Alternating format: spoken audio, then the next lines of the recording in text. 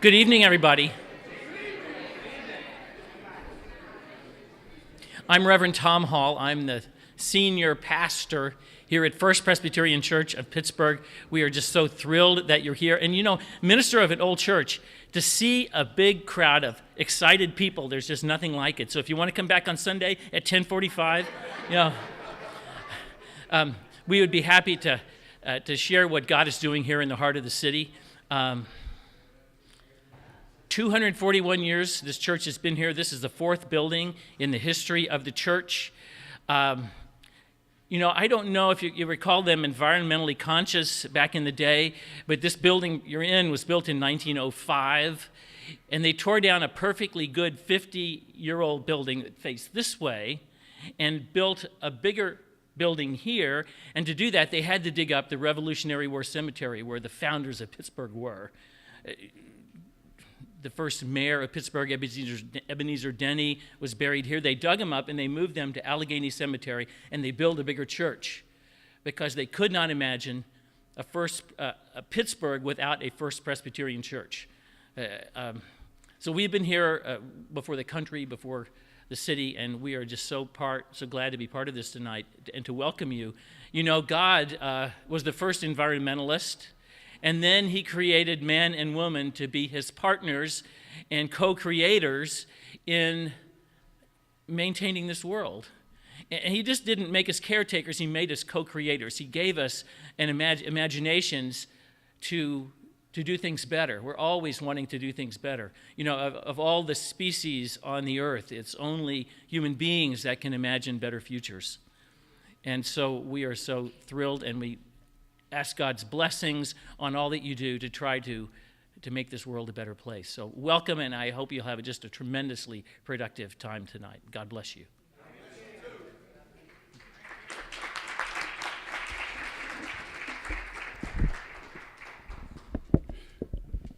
The water composition of the human body ranges from 55% for women, 65% for men, and a whopping 80% for our children. Thus, the struggle we wage is an integral part of our essence. In the writings held sacred by many, humanity is charged to subdue the land. That means we must nurture the land and water because it is essential to life itself. Recognizing that part of the subduing process demands the utilization of quality systems to maximize water's life-giving force, we recognize it comes at a cost. However, when that cost becomes an impediment to the most vulnerable among us, we have a moral obligation to remove those barriers.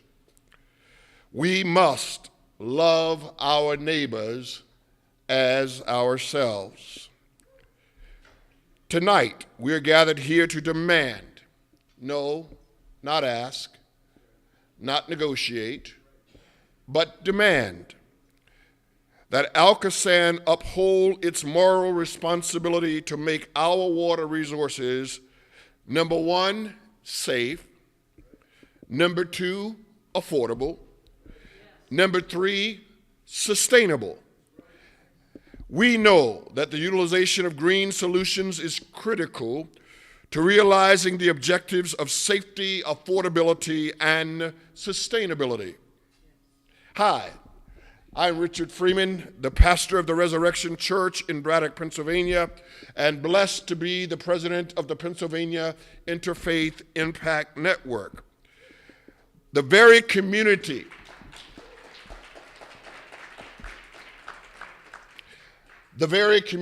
I am blessed to serve is one of the communities that stands to be severely impacted by the 300 to 400%. Can one say 3 to 400?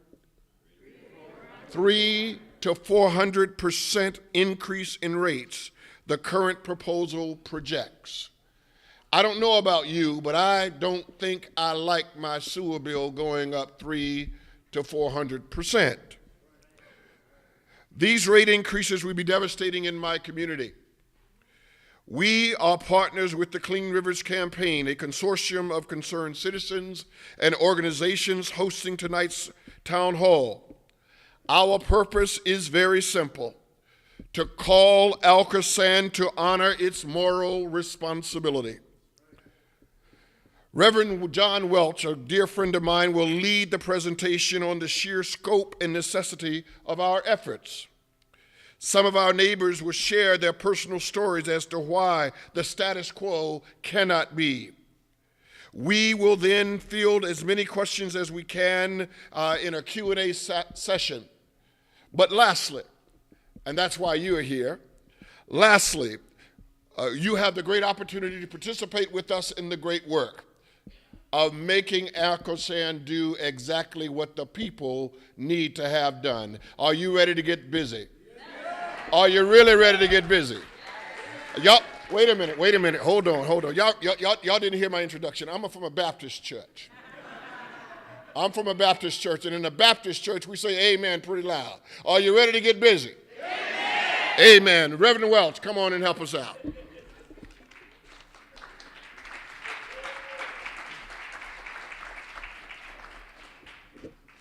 Thank you, Reverend Freeman. Good evening, everyone. I am Reverend John Welch, past president of Penn and now chair of the board of directors of the Gamaliel Foundation. And I'm here to present some information to you. It may be new to some of you, and for others, you may have heard this information before. But one good thing I can say about that is you can't hurt hearing it over and over and over again, because as it seeps into your spirit, into your conscience, and into your soul, you can feel the gravity of the problem. And then you can tell your neighbor about it, and your friends, and your relatives, because all of us in the Allegheny County are affected by this, are we not? Yes, we are. All right, so if you're hearing it again for the second time, just open your ears a little louder or a little wider. And if it's for the first time, open up your minds, because this is definitely some important information.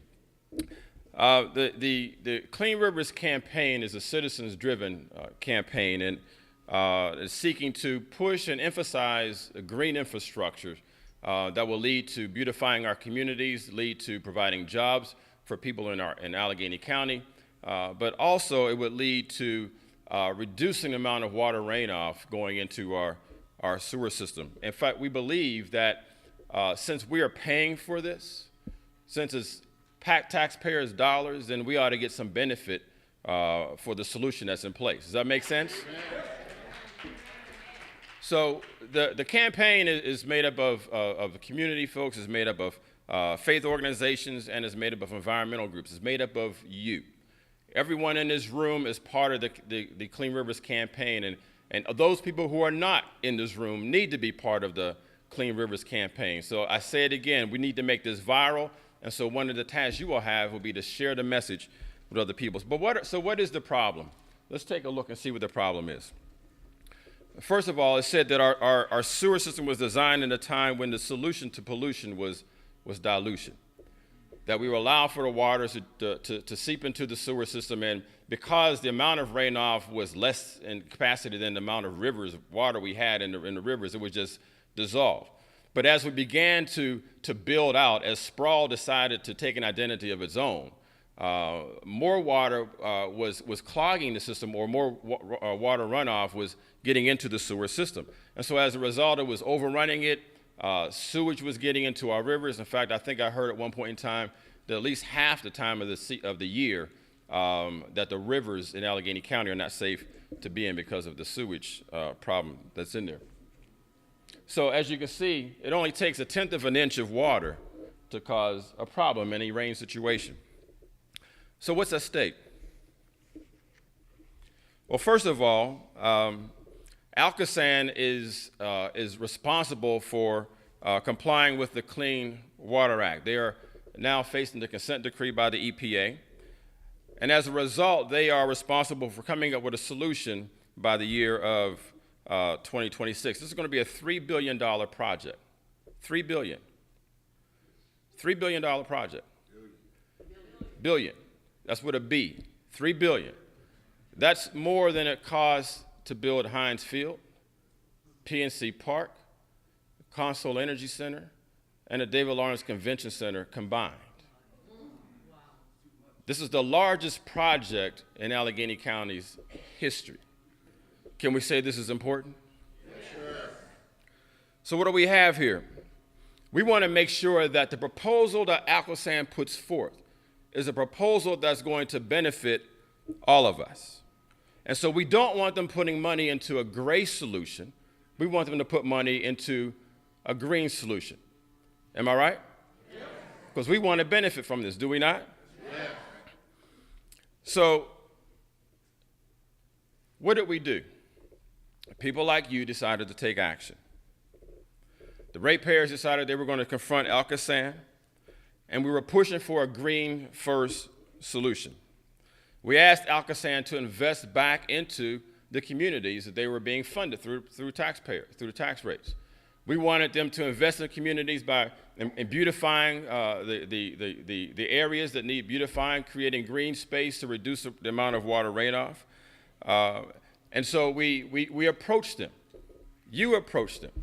You were involved in the public meetings. Penn had a public meetings when we were asking them to comply with this. And so, so what did we have? What happened next? Well, here is what the chair of the board of ALCOSAN has to say. Let's listen to him. Because now that we're a park, we're going to put a park in your community. We're going to stop the water runoff. And it will be visible. It will be tangible. People can touch it and see it and feel it. It's not a sewer pipe underground that you're going to see. By making this project green, people will see it and they will understand that that's what ALCOSAN is doing by reinvesting in the region. So he says we're not going to have the big giant tunnels under the rivers, because you can't touch the big tunnels under the rivers. But what you can touch are the parks in your communities. So that's what he's suggesting that they're going to be pushing. So he's saying we're going to push a plan that has a lot of green infrastructures. And there's some other leaders who agree with us. County Executive Rich Fitzgerald, we want to do as much with green as we can. He's smiling. Bill Peduto, Mayor Peduto, I have been working to build a stronger plan, a plan that incorporates a green first approach. So the mayor whom we elected, the county executive who we elected, are agreeing with our proposal for a green heavy approach for this proposal. So what's on top? Well, the EPA heard us, and so ALCOSAN now has to submit a plan that's going to show how much green versus gray they're going to have in this proposal, in this plan.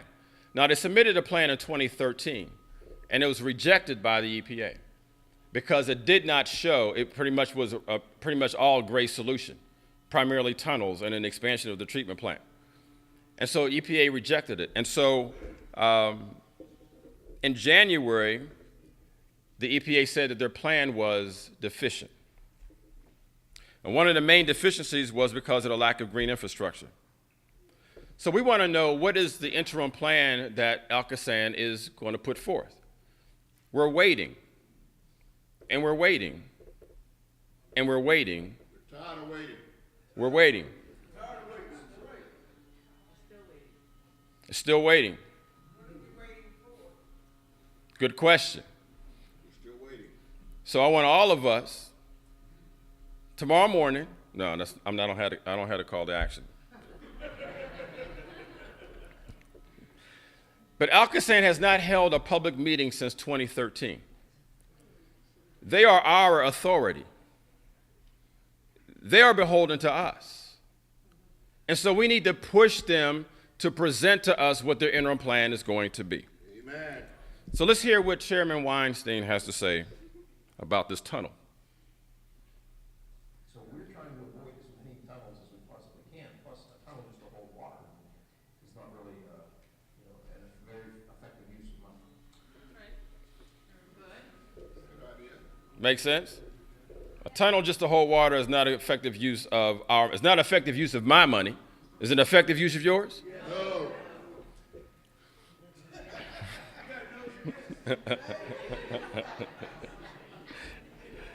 It seems like the chair of the ALCOSAN board, and it seems like the mayor, and it seems like the county executive are on board with what we're asking for. That's what it seems like. So what's on tap?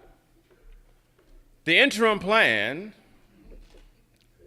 produced, this was after the first one was rejected by ALCOSAN, it's still 97% gray. Does that work for you? No. Doesn't work for me either. Still 97% gray. And our rates are still going up. In fact, it's believed that our rates will double.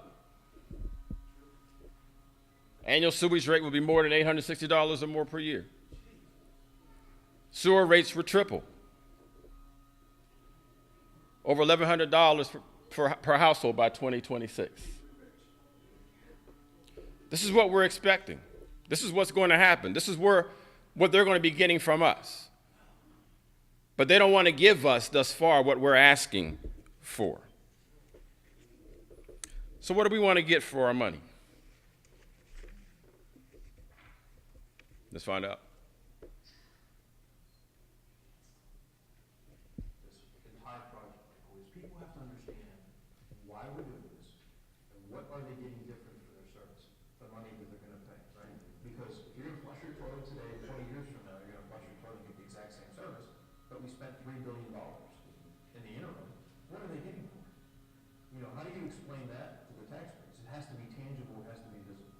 That is our job, to make everyone in this region understand exactly what we're doing and why. If I can't afford to pay my water and sewage bill, I can be flushing all day long and ain't nothing gonna happen. What do we want? What do our communities need? We need community benefits. We need clean air.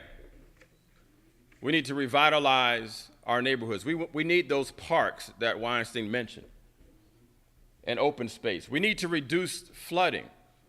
Shady Avenue floods constantly. Washington Boulevard floods. We need jobs. The gray solution requires skilled labor that a lot of people who we know won't qualify to work on. But the green jobs will allow for a larger number of people to be able to earn a good living wage. What else do we want?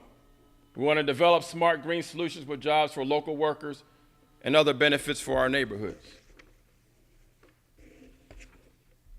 We want to establish a customer assistance program for those people that are low income or the elderly that won't be able to afford to have their rates tripled or $1,100 a year by 2026. If the median income is what's being the benchmark for determining what the rates will be, well, if I'm 150% below the median income, I'm going to feel the pinch a lot more harder than somebody whose income is 150% above the median. And so we need to make sure that this solution is going to be fair for everyone. I don't want to pick on Mount Lebanon. I don't want to pick on Upper St. Clair. I don't want to pick on Pine Richland, but I'll mention them anyway. They can afford a rate increase. But Homewood and Braddock and Rankin and Clarendon and East Liberty, well, some parts of East Liberty will be able to afford it. Let's not, Highland Park can afford it, just like Fox Chapel can. But we want to make sure that this is a solution that will be fair for everyone, and that there are nets in place to support those who will be adversely affected. And we want to make sure that businesses pay their fair share. You see, right now, we pay for the amount of water we use. But with all the build-out that's been taking place out in the surrounding areas and even in the city, that's contributing more into the flow of water into the system. And so it would be nice if there was a way for those that are putting more in to pay for what they're putting in. Amen. I wish UPMC had a big parking lot. And they could pay their fair share there if they don't want to pay it somewhere else.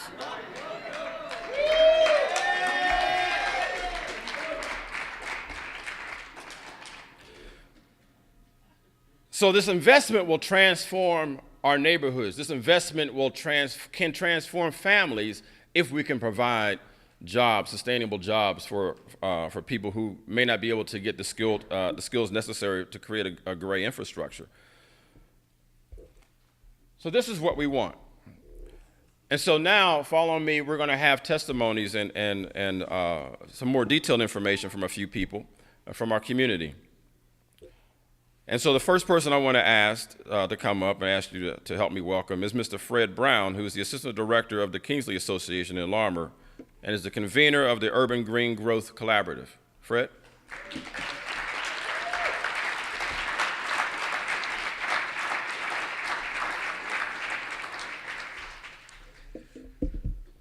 Good evening.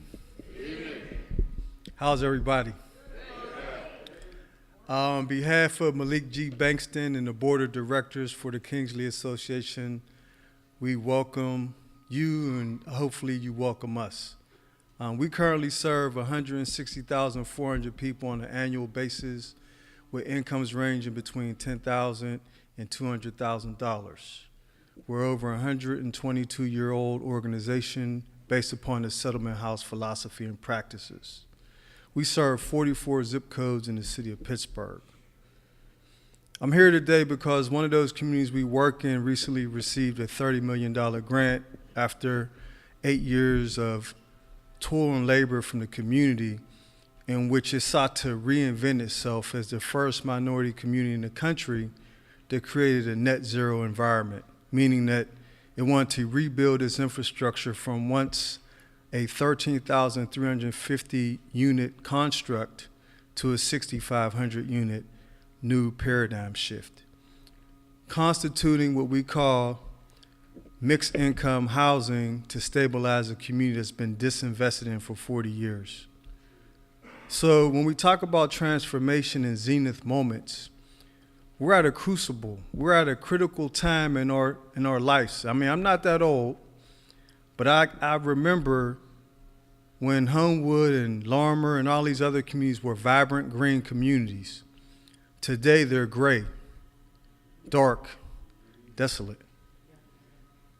All of you know that Pittsburgh currently has 41 vulnerable communities in it. Those 41 vulnerable communities have 80,000 vulnerable people in them. 45,000 of them are on probation and parole. 45,000 are on probation and parole. So when we talk about the mayor's vision, I'm a commissioner. I'm on the planning commission, all right? I strongly support the mayor's vision, but I'm here today to say that Pittsburgh is replete with transactional leaders when it requires transformational leadership.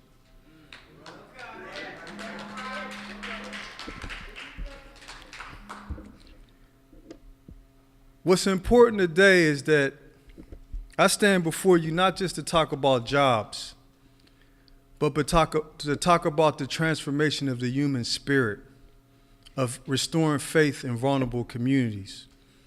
The ALCOSAN project, this $3 billion mammoth endeavor, does not encompass the ability to look at the power and resiliency of the community.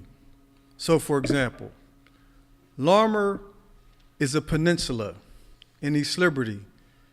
It's what the foundation calls a donut hole. It is surrounded by Highland Park, Shady Side, Point Breeze, and Penn Hills. All affluent communities for the most part. But Larmer's income rate is about $10,000. Highland Park's is $200,000. Shady Side, $200,000. So when we look at our neighbors and we look at this opportunity to create something that is transformational and not transactional, the notion of water is critical. We heard speakers before me talk about water. Well, you know that Pittsburgh gets 67 days of sunshine a year. All right? I've been living here a long time. I've grown accustomed to that reality, just like you. But also in this one particular community we serve, it also receives 996 million gallons of water to get dispersed on an annual basis. So about 6 years ago, we started a process looking at the economic capacity of a community. What are its natural resources? What are the things that people in that community can look at that can be transformational? One of them is water. When you look at the number of vacant lots in vulnerable communities that's been disinvested in, a natural response is to create bioswales and cisterns and green space that can capture that water. So why would ALCOSAN ignore an opportunity to put people and boots on the ground that can rebuild their community? Why? Is it because they don't know about this opportunity? Is it because it's not consistent with their plan? Is it because it doesn't make sense to them? When we look at the mayor's overall objective to create what he believes to be a global destination, which we're calling Pittsburgh, that's a vision. That's not today, that's tomorrow and beyond. But that vision can't be realized if we ignore the 41 communities in the city of Pittsburgh that are in disarray. Amen. Right? Amen. So how does this opportunity create jobs? Well, let me change the word jobs, because this opportunity is not about jobs, but about careers. Right? So many times we talk about jobs and people get excited. Jobs constitute a short-term reality, not a long-term prospect. And what we want to do is train people about career trajectories that move them into the 21st century. The notion of greywater reuse, stormwater mitigation, rainwater harvesting, these aren't new concepts, but they're being reborn and refitted and tooled in a way that constitute economic sustainability for communities if done in the right way. We're demanding. ALCOSAN look at and retool its model to ensure that their investment has the ability to serve more than one purpose. We're talking about the residual impact. How can $3 billion impact or create $9 billion in return? These are the types of things we have to consider and propose. So when we look at creating local jobs or careers, one of the things we've learned in this $30 million endeavor we received from HUD, we have 2 tax credit projects going on in the city of Lorimer, community of Lorimer, and we're looking at building over 100 units to help restore the community. We've been able to, through a couple of projects that we've instituted, get those developers to constitute new green infrastructure into their projects. We've hired architects and hydrologists to get them to look at how they can capture stormwater on site and mitigate it. It wasn't hard. It was just an out-of-the-box approach. It was one where we could show the metrics on how you do this, what long-term impact it has on your system and rate of return on investment. But furthermore, what we were able to show is that if you hire locally, the investment and transaction that is created is transformational because people learn to live a different way. So when we start talking about greywater reuse, bioswale cisterns, geothermal, solar panels, this new technology, you can apply it in any community, but if people don't change the way they live, work, and play, it's all for naught. So when we start talking about long-term strategies, that also requires any new infrastructure requires maintenance. So we're talking about how do we train our new workforce, our communities, our vulnerable people to learn those skills so that they're able to step into those positions. That's something that we want to demand. We don't want to be waiting at the end of a line and saying, we heard you, we'll get to that. We want that to be on the forefront of the process so that we look at a strategy that starts at the very beginning to train local residents to take over the maintenance of these projects. Can I get an amen on that?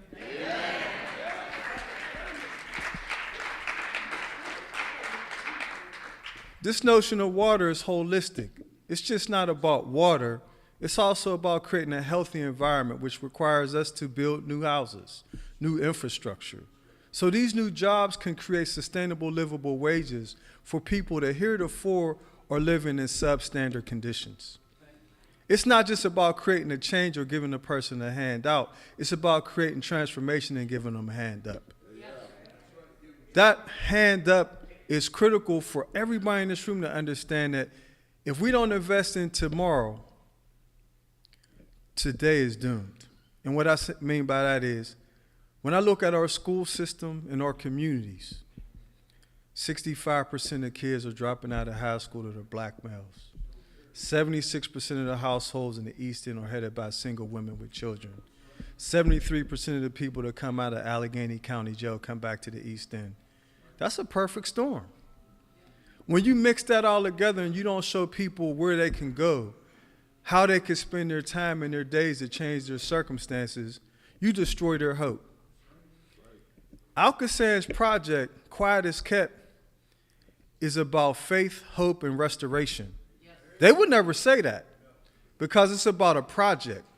It's about creating an event in which they can point to and say how they helped mitigate a situation.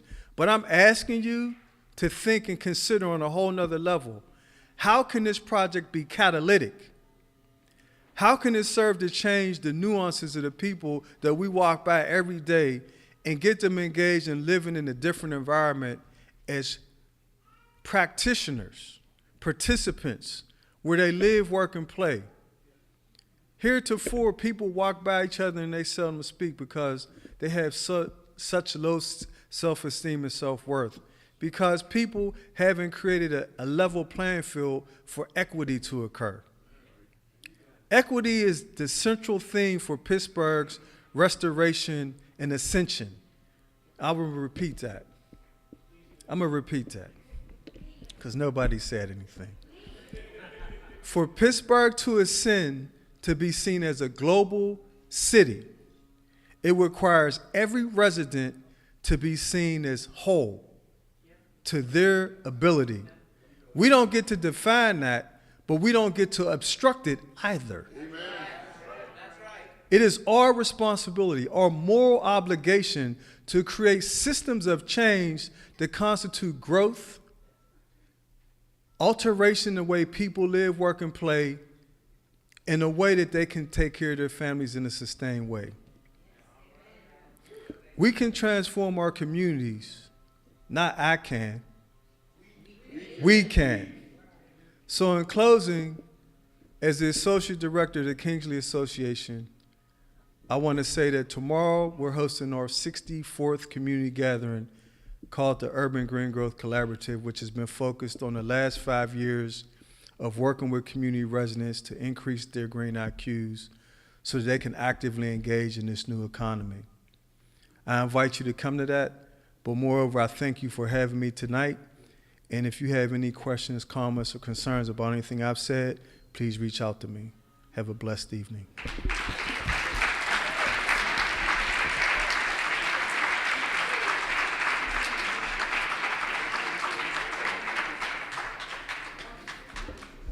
I think we need to give Fred another hand.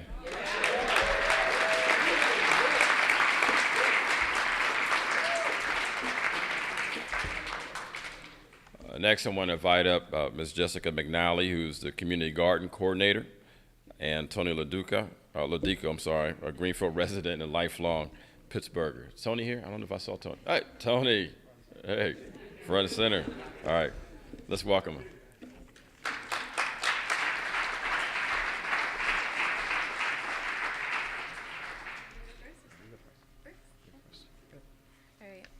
Good evening, everyone.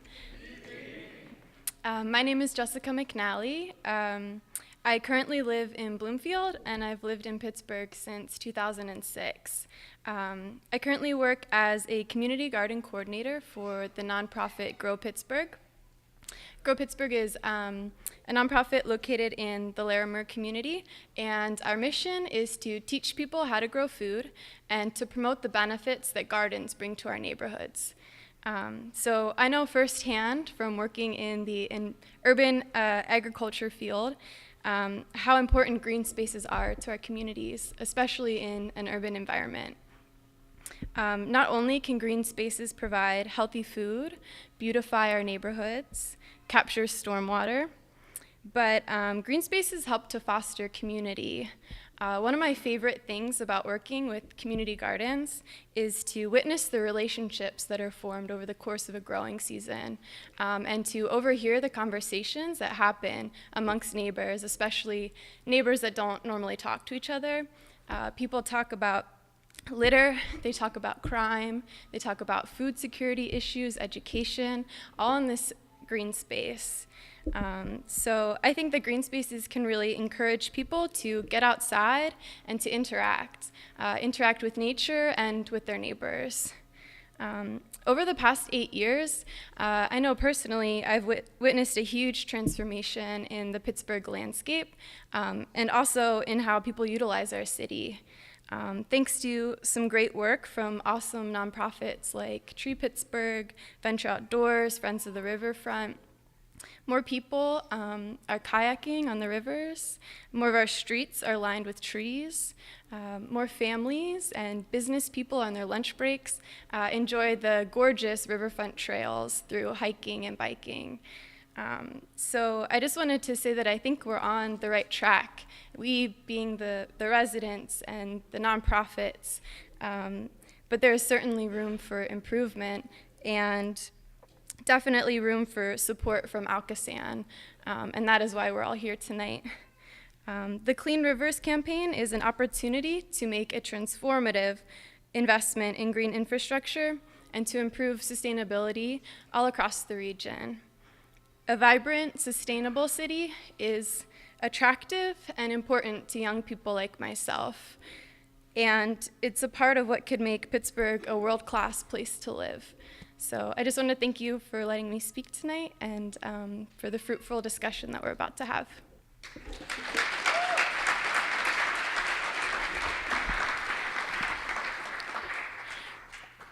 As was said, I did grow up here in Pittsburgh, and I grew up under the shadow of abandoned steel mills, abandoned by companies, and watched the jobs that were outsourced and watched Pittsburgh struggle to survive, watched Pittsburgh's residents struggle to survive.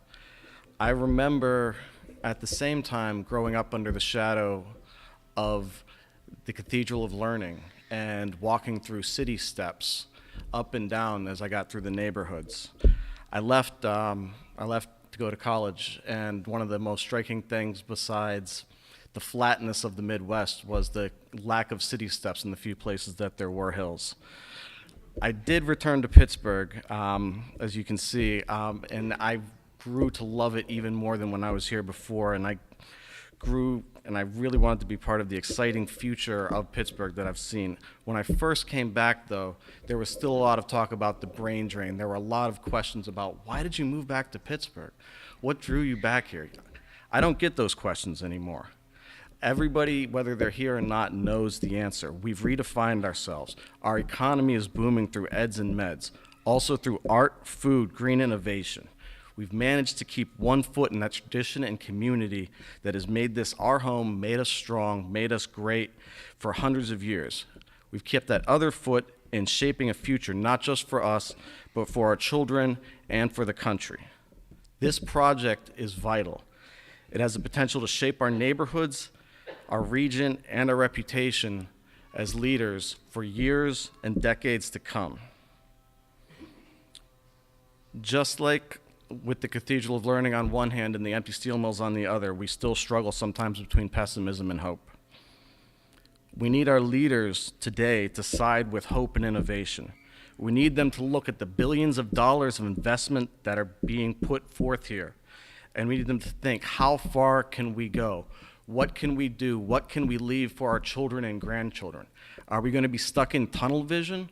Or are we going to build something even bigger and better than the Cathedral of Learning, than those city steps that we can look at, that we can play in, that we can interact in, that is part of who we are and that we can have identity with and feel pride in for the decades to come? Pittsburgh is poised to be a future city, but that is not certain. This project has a potential to really get us there, and we need to make sure that the leaders in the region, especially ALCOSAN, that they all think big and ask, why not? What can we do to use this project to make this city as great as we possibly can? Thank you.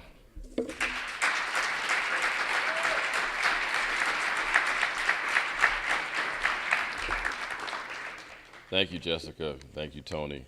Next, I want to invite up Ms. LaShawn McBride Clancy, who's a board member of Action United and a resident of Homewood, my neck of the woods.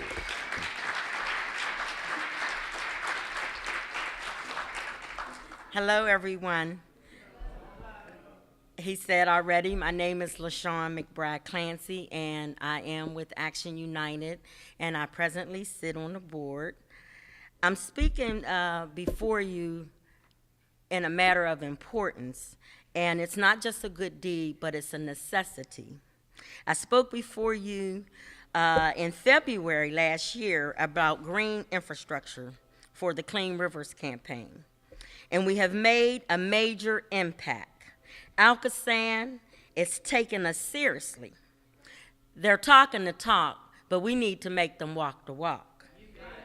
I stand before you seeking, well, he said demanding, so I'll say demanding your help for another serious issue. The hardworking people of Allegheny County need a customer assistance program. It's called CAP, in place for our sewer bill. Water and sewer rates are about to skyrocket. Our bill will triple within the next 3 years. This will affect people like you and I. My concern is that people that are disabled, that are on fixed incomes, single parents, and middle to low income families will be impacted greatly. If you are a homeowner like myself and my parents, a lien can be placed on your property if your bill is not paid. I am a mother of 8 children, a grandmother of 20 grandchildren. I work as a certified nurse's assistant, and Tony could probably testify to it. I had the great pleasure of taking care of his father before he passed. And I take my job very serious as a daughter, as a mother, as a grandmother, as a person that cares for people who aren't able to care for themselves. And I don't know about you, but how would you like it if your parents' water was cut off?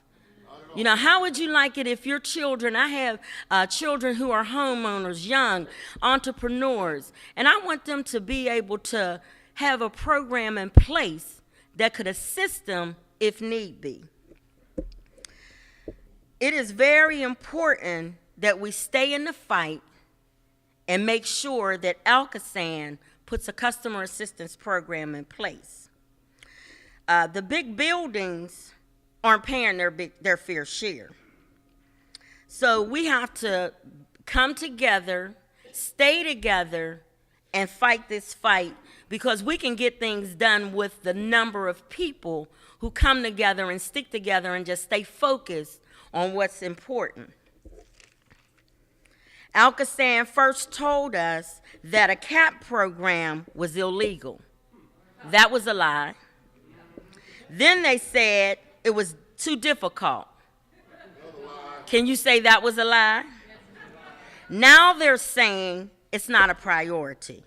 Another lie. Surely everyone here will be affected by a triple increase on your bill. And if you will not be affected, I know you know someone who will. So it's important that we just come together and get this job done. Now, let us just focus on what's more important for the people who may be in need and not the people who are in greed. So with that being said, I would just like to take my seat and thank you for your time. God bless.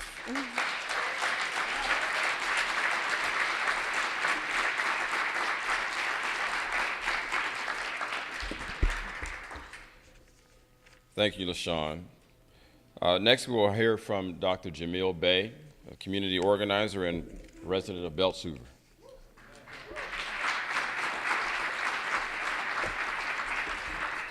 Good evening. I'm a lifelong resident of the city of Pittsburgh. Was born up on the hilltop.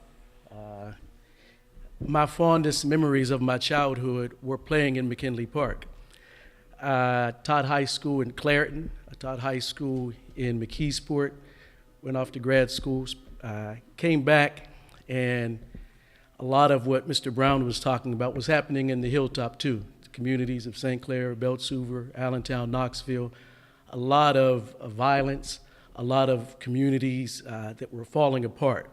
Now, we can focus on that and let that define who we are, but I don't do that. What I focus on is all of the good people that are still there, the good people that are still holding it together. And by focusing on that, we're open to solutions. And so what I wanted to do with the skills that I picked up, my ability to work with people, I have a PhD in geography, so I understand a lot of these spatial things that happen. And I looked at McKinley Park, the area in the green here, and the park has not had any investment in it for the past 25 years. This is the largest community park in the city. So behind the regional parks, Frick, Shenley, Highland, Riverview, this is the next largest park, 79 acres of woodlands. Now you would expect that 79 acres of woodlands can absorb a whole lot of stormwater. Well, there has been a busted pipe running, and most of that soil remains saturated throughout the year. Pennsylvania American Water, and they're blaming it on some acid mine drainage. But the point is, there's a problem, and this forest is not acting as it should. And so what I wanted to do was use this park as a tool.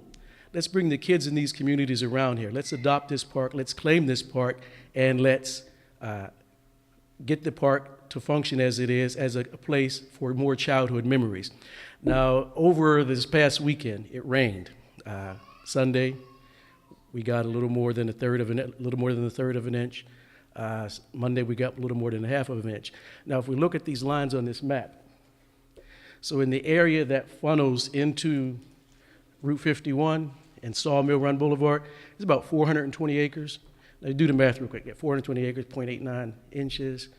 So you get 9.7 million gallons of water filtered through McKinley Park and came down into Sawmill Run this weekend. 9.7 million gallons. Now this is the fall. There's no evapotranspiration. The soil's already saturated. So every drop of water that we get this time of year around here is runoff. So where's that water going? Into the sewer system.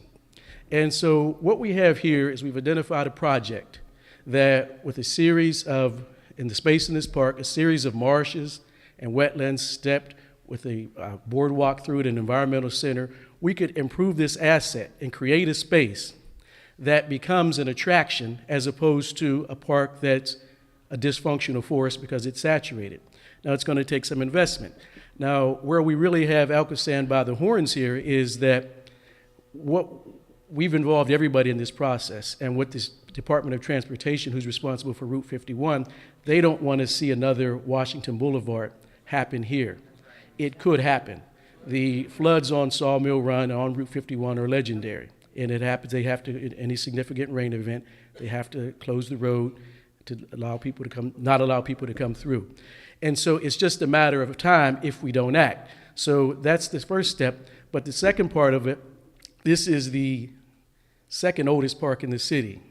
And in that park's charter, there's no gray infrastructure allowed. And so the solution has to be green. And so what we're looking at here then, and what we have ALCOSAN where they've been humming and hawing about, you have to do something, but if you act too soon, this is going to be a proof of concept.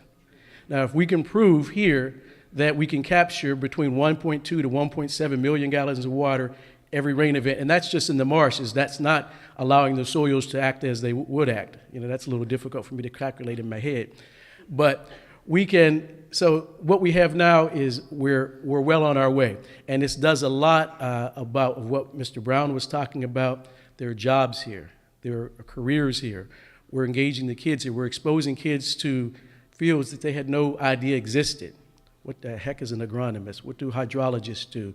You mean foresters are actually people who are paid to do this stuff? Yes. And so now the kids are exposed. The kids are expanding their view of what they can be, what can happen. And so this is a long-term project. So we're looking at, it's a stormwater management project, easily. It's a watershed environmental education opportunity as ground zero. If we can start here, and as we make this park and we have educational outreach, bring people into the park, let's show them what a bioswale is. Let's look at a rain garden. Let's look at other infrastructure that we can retain water in. So now this becomes an environmental education center. This is a green space improvement project in the second oldest park in the city. It's a restoration, it's a community building project and bringing those neighborhoods together focused on a project.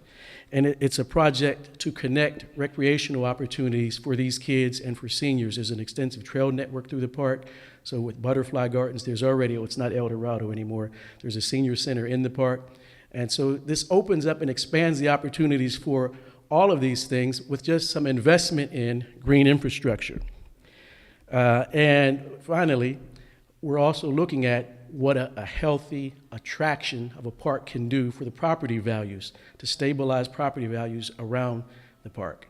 And so that's, there's investment coming, some housing plans that are associated with this, but all of this happens with ALCOSAN stepping up. We've got you. No gray infrastructure is allowed here. You have to do something. We've got a lot of community people involved, a lot of pressure involved, and a lot of people are saying do something now. And, you know, so this is my priority right now, and I'm demanding that it becomes ALCOSAN's priority, and DPW, and Pennsylvania American Water, and PWSA, so everybody is in on this. And that's our park.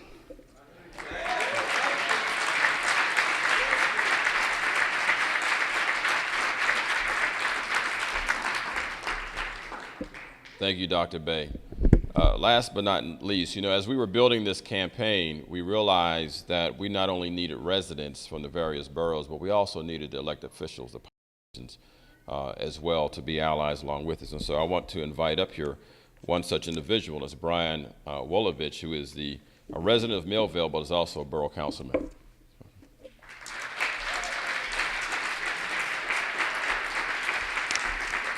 Hi, everybody. Thanks to the Clean Rivers campaign for having me tonight. Really appreciate the opportunity to come out and just talk about what's happening in Millvale. And I'm so pleased to see all you people here because Millvale, we've been battling stormwater issues for a long, long time. So to see people from other communities coming together to come up with solutions that not can only help us out but help the whole region is it hits home in a very real way. So thank you. One of the ways that I wanted to talk about and one of the reasons why Millvale has not been waiting around, but we've actually been, for the last 5 years, we've just been doing it.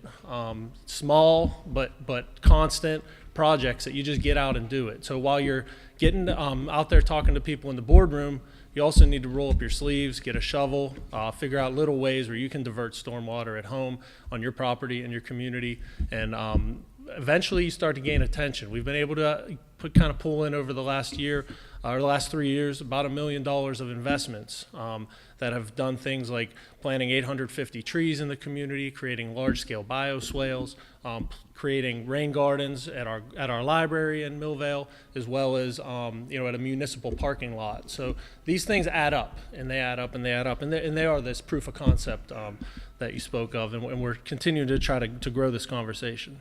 Other reason why we're so excited about it is its community participation. You've heard from everybody the way that we can get out there, we can touch it, we can be involved in it. And we go back to this saying that if it affects our community, we want to and should be a part of the solution. This shouldn't be happening without our participation. And this provides that. This is a mechanism to get there. The other reason is Millvale, we're at the bottom of the Gertie's Run watershed, okay? There's only one way that we're going to reduce flooding, and that's by keeping less water from coming down. I wish I had a diagram, but I would show you that those of us who live along the stream, there's another piece to the sort of CSO issue, and that is as that water's coming down, There's all the water coming from above us. It's the McKnight Road corridor. How many people have been out there in McKnight Road shopping, right? It's getting to be that time of year. You want to get a deal. Well, that used to be fields. That used to be the woods that you talked about. So if you take that, you pave it over, you sort of have quite a mess on your hands. So as it comes down into Millvale in a 54-inch pipe, it gets to Millvale and all this water's full. Guess what happens? It goes to a 36-inch pipe. So you take all that pressure, and now you're talking, like a kid with a water gun, and you're out there squirting, and it's flying, right? Now where does it go? Sometimes it goes into the streams and the rivers, and we've got the EPA, and we've got these consent decrees, but there is no consent decree for what else happens in my home and other people's homes. It goes into our basements, okay? There's no consent decree. Nobody's out there talking about it, but it goes into our homes. People like me are lucky enough that I can pick up a jackhammer, I can get sledgehammers, and some other friends, and we can break up the concrete. We've got friends who are plumbers. They can install these, they're called backflow preventers. Keeps it from coming back in your house. Happens a couple times you go out and get one of those, but not everybody can do that. A lot of people in our community cannot afford this, okay? So how do you reduce the amount of water that comes down? That's green infrastructure. That's how you capture the water. You do it in a productive way that can help your community. So they're very real. The other reason why we're really excited about it is we just want to view water and forward water as an asset and not something we should be afraid of in our community. And so every time it rains, don't sleep. It just doesn't happen. That's just a part of it. And you shouldn't have to live that way. You shouldn't be concerned about the water coming into your homes. And I know we've got some of my neighbors down here tonight, and you know what I'm talking about. A couple other things I just wanted to speak on real quick is two of the other project that we're working on. And that is to go around, the EPA, through the consent decree with ALCOSAN, did have to price out what it would cost to solve everything through gray. What's good about that is that it gives us a baseline. So we're going through a study right now where we've identified 4 of our CSO issues in Millvale that have a high possibility of being solved through green. So now we've got some people who are running those numbers. What is it going to take? And if you can do a comparison, okay, where it's comparable or a little bit more, the money's going to be spent anyway. So we have to, again, participate and get our voices out there where we can guide that investment in the right direction. And we hope that it's going to create a model that's replicable, that we can start to see happening in other communities. The last piece that I just wanted to speak on was the stormwater fee concept. We talked a lot about how the most vulnerable people in our communities are not going to be able to take this burden on, and we know that. Meanwhile, upstream, again, as we add water to the system and that's taxed, why shouldn't upstream, where you go through and there's parking lots for miles and miles, all that water is going into the same system? That's not being taxed. There's no fee for that. There's no cost for that, and that's not right. If we're going to have to pay, so should they. And so we say yes to a stormwater fee. The last piece is, with that is speaks to our upstream neighbors and our downstream neighbors and all around us, that we're in this together. This is something that it's you and me, and it's the people inside the room and outside of the room, and it's something we all have to get together on to find solutions that are viable for all of us. So glad to be in the fight with you guys here, and thanks for having me.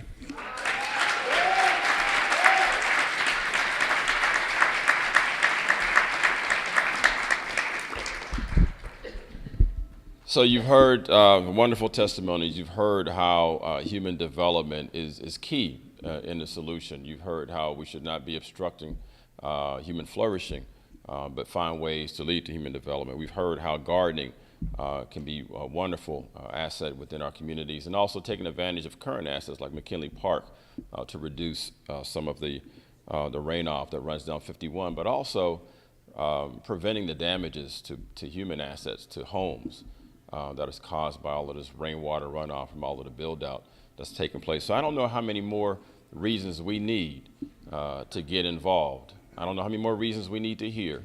So I think it's incumbent upon us now that we have been informed to act. But before you are sent off with a mission, I'm going to invite the one who's going to give you the missive to come up, and he's going to moderate a panel discussion as Reverend Freeman.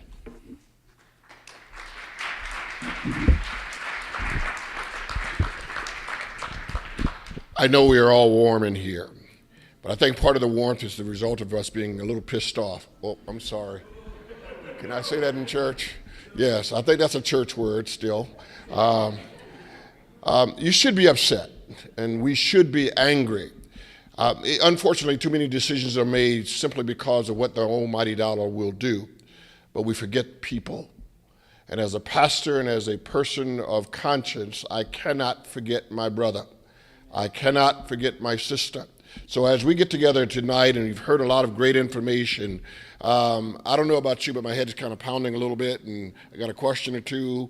I'm here tonight I know we're a little long on time, but we'd like to give you an opportunity. If you have some pressing questions that you would like to have addressed, we have Jen, who's leading our campaign, ready to answer a few.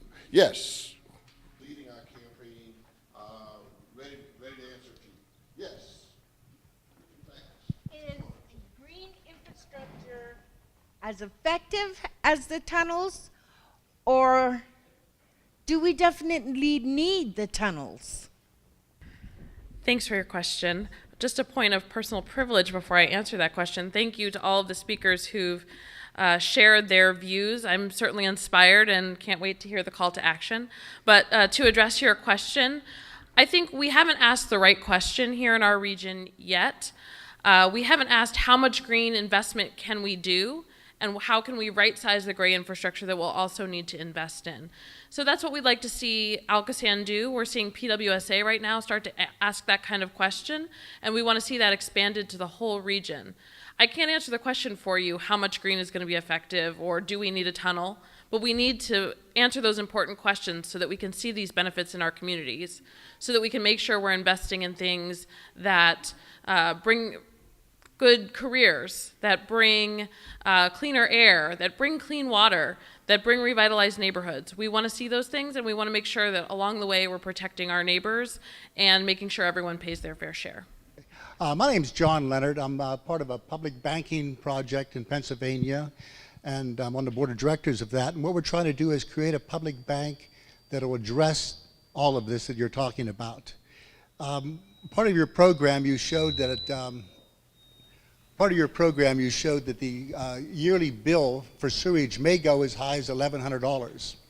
If all the taxable pieces of property in Allegheny County, there are 544,913 pieces of taxable property paid $100, they could create their own bank. And once you create a bank, the bank is allowed to lend out 10 times the amount of the reserve. So now you have a bank worth $545 million first year for just $100. Now this, instead of spending an additional $3 billion interest going to Wall Street, we need to fund this thing ourselves. It can be done for $100 a year. Second year, your bank is worth over $1 billion that you can lend out. Now you have a program here that's going to be going until 2026. It's time to look at things where it's going to benefit the taxpayer. This bank also helps all the infrastructure and communities that want to take loans or people that want personal loans. Thank you. I will add, it is important for us to find creative financing options, so thank you for that. All the things that you've heard tonight, all of the demands that we've laid out to invest in smart, green, sustainable solutions in our communities, to have a customer assistance program, and to implement a stormwater fee, those are happening in communities around the country, and that's how people are taking these projects on and how they're affording this. We're at the beginning of making this investment, so we have the opportunity to put all those things on the right track. So I'm glad that you're all here tonight to be a part of that. We have places in our own state that already have all of those things, and it's important for Pittsburgh to get on the right track and implement these demands. Hi, my name is Elaine, and I have a question about the rates. So, as we see our rates increase, you said that they're going to increase 3 times as much we're paying right now. Is it going to be feasible for us as ratepayers to support a customer assistance program, which is really beneficial to those that it serves? So I just wanted to hear your thoughts on that. Yeah, one of the main questions that people have is how can we afford a customer assistance program. We're already going to be paying a lot. But the truth is, a customer assistance program can help keep the rates down as much as possible for all of us. The authority and the municipalities that are doing the billing to all of you, they have costs for billing, for collections, for shutoffs, for customers who aren't paying, and those eventually get passed on to other ratepayers. So it behooves all of us to make sure that people can pay their fair share, what they can pay for water, making sure that we have a program that's set up so that people can put in for the solution. So it can actually help keep that cost down. And customer assistance programs are generally funded by a combination of things, not just help from other ratepayers, voluntary help from ratepayers like Dollar Energy, nonprofits in the community and private philanthropy, a grant set aside from the general operating budget of the authority, and a variety of different ways to make sure that we can both support the low and fixed income and vulnerable people in our community and make sure that rates are staying down as much as possible for all of us. We have room for about a couple of more questions. This lady here has had her arm up for a long time. Yes. What if you pay your water bill and they still shut it off? So what are you supposed to do about that? That's a great question, probably above my pay grade. We want to make sure that everyone who is paying has access to clean water and sewage treatment. We know that's not always the case, but I think through our collective action, we can make sure that we're protecting as many people as possible. So thank you for being here, and if you have a specific concern, please let us know. Good evening. I heard them mention a stormwater fee. You said yes to. I cannot say yes to because I work a 12-hour day and I do not qualify for any programs. So what's available for a person like me? That's an important point of view. So what I want to point out about the stormwater fee is that it helps keep your rate down, because the homeowner, the person paying their water bill, you're already paying for the water you use and you don't have that much runoff on your particular property. So this is really aimed at making sure that the huge properties with huge parking lots and huge roofs that are sending tons of water into the system, like Brian described, that those people are paying their fair share to help keep your bill down. So we want to make sure that everybody who's contributing to the system is paying their fair share. So if you're contributing to the problem, you need to contribute to the solution. And your house isn't contributing that much to the problem. Bigger things are contributing to the problem. So we need to make sure we're distributing that cost and making sure everybody pays their fair share. And just to answer your question, typically a stormwater fee doesn't change a residential bill and make it any higher. Hopefully it would make it a little bit lower. Earlier you said there's some communities already implementing these green solutions. That's like proof of concept, right? What's the biggest community in the state that's, really blowing their horn about green solutions? So we can cite them saying, yeah, these people are doing it. Philadelphia is starting with a full-on green first approach. Their water department is taking it on. It's called Green City Clean Water, and you can find out more information about it on the Clean Rivers Campaign website. And they're certainly a model for doing as much green infrastructure as possible and then figuring out what you need after that. And they're touting all the community benefits and job creation along the way. Okay. You have created a huge problem for me. I could keep you here all night, and I'd love to field a couple more questions if we can. I think I'm within my time parameters. Am I good? Somebody, who's my timekeeper? Who's keeping me honest? I can do one more. Somebody says I can do one more. Who's willing to pay me a lot of money for it? I'm a Baptist preacher. No. I'm gonna go way back in the back of that young brother over there in the back there. That guy in the back there. Grab that guy in the back. Grab that guy in the back. He's been standing up the whole time, so. So I guess this isn't so much a question as a comment that I would just urge everybody to think about and push for. We've been talking about a stormwater fee, and I think that's really crucial for, kind of changing the way we pay for stormwater now, it's based on the amount of water you use in your house, and the stormwater, that falls on concrete and asphalt isn't really paid for. So that really switches it. But what I would encourage people to think about is not just like each municipality implementing one, which is, I think, really important in places like Millvale, where, most of the problems coming from upstream. So if Millvale implements a stormwater fee, I don't think that does much good. Whereas, if everybody in the Gertie's Run Basin, or, the whole basin did it, I think that would, shift the paradigm to a much more equitable solution, where, it distributes the cost much more equitably as to who's putting the demands on the system and who has to pay for it. So. Thanks. That's a great comment, and we definitely are all in this together, and I think it should be across our authority that we would have a fee so that we're addressing the places where the people who need to pay their fair share, as well as helping the places that are seeing flooding and other issues. So thanks for your comment. I don't know if we're... Okay. One of the things that is very critical to me trying to moderate this, I am so enthusiastically excited. There are so many more questions than we have time to entertain, which leads us to the possibility of getting together again. We need to talk more. One of the greatest strategies that the enemies of this process is doing is isolationism. They don't want us to talk. They don't want us to talk. Anybody here want to talk? Yeah. Amen. We have to talk about this, and you have to go home and you need to talk to your neighbors about it. You need to be burning somebody's ear and say, you know what, hey babe, guess what? Our utility bill, our sewer bill is going up 400%. What, girl? Tell me something more about that. And I hope tonight you've gained at least some degree of information that you can go back, that you can be an advocate for the work that we're doing. This is coming. This is not some pie in the sky that we may happen or it may come down the pike. I can tell you the community I live in, we've already got our first big rate hike, and we're expecting 2 or 3 more.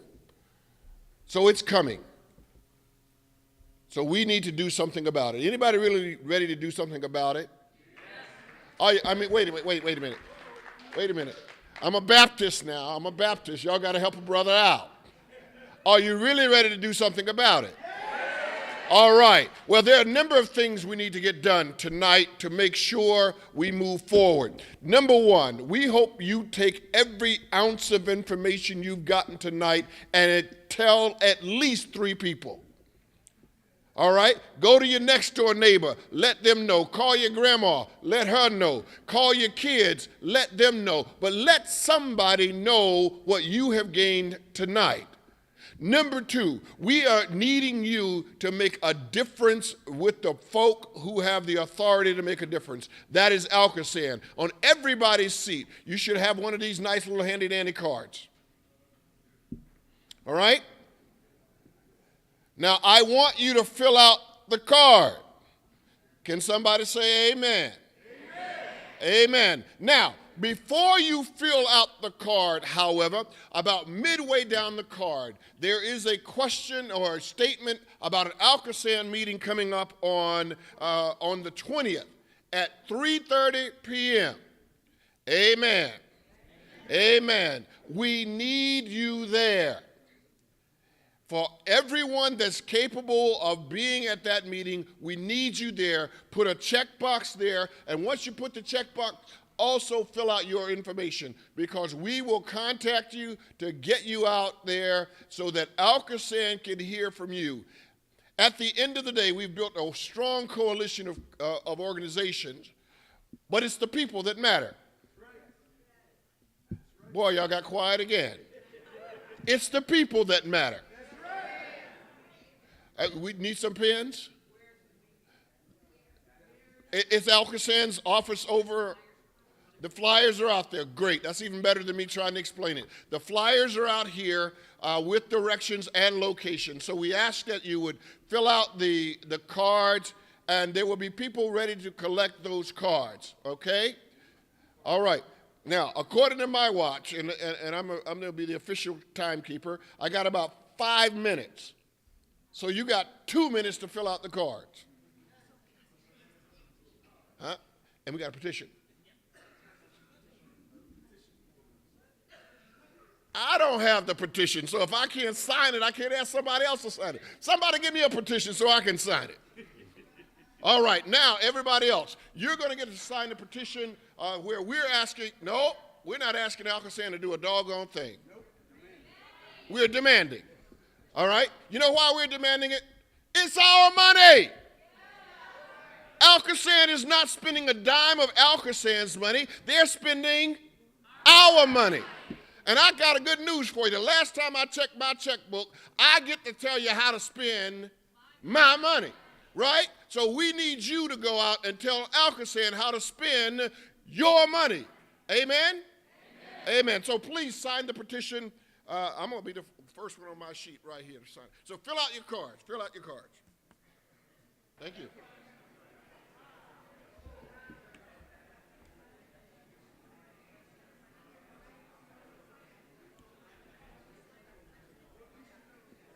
Sounds like a whole lot of good writing is going on.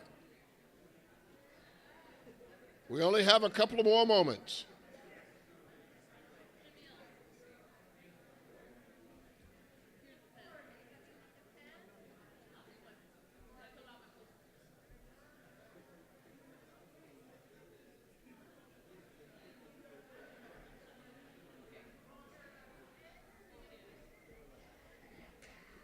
As we're getting ready to finish up our signing our cards and our petitions, we want to say thank you so much for coming out and being a part of us tonight.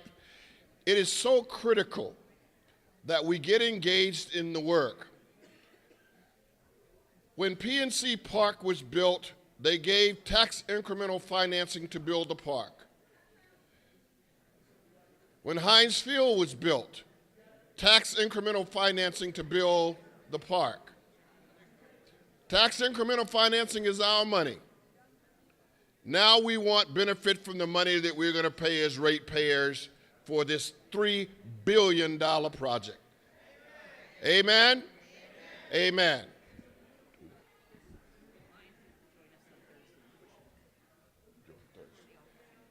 Okay. All right, so we need you on Thursday at 3:30 at the ALCOSAN building. The flyers are out here that you may gain your information on direction and time and place. Thank you so very much. Can you put your hands together and thank you for the information we got tonight?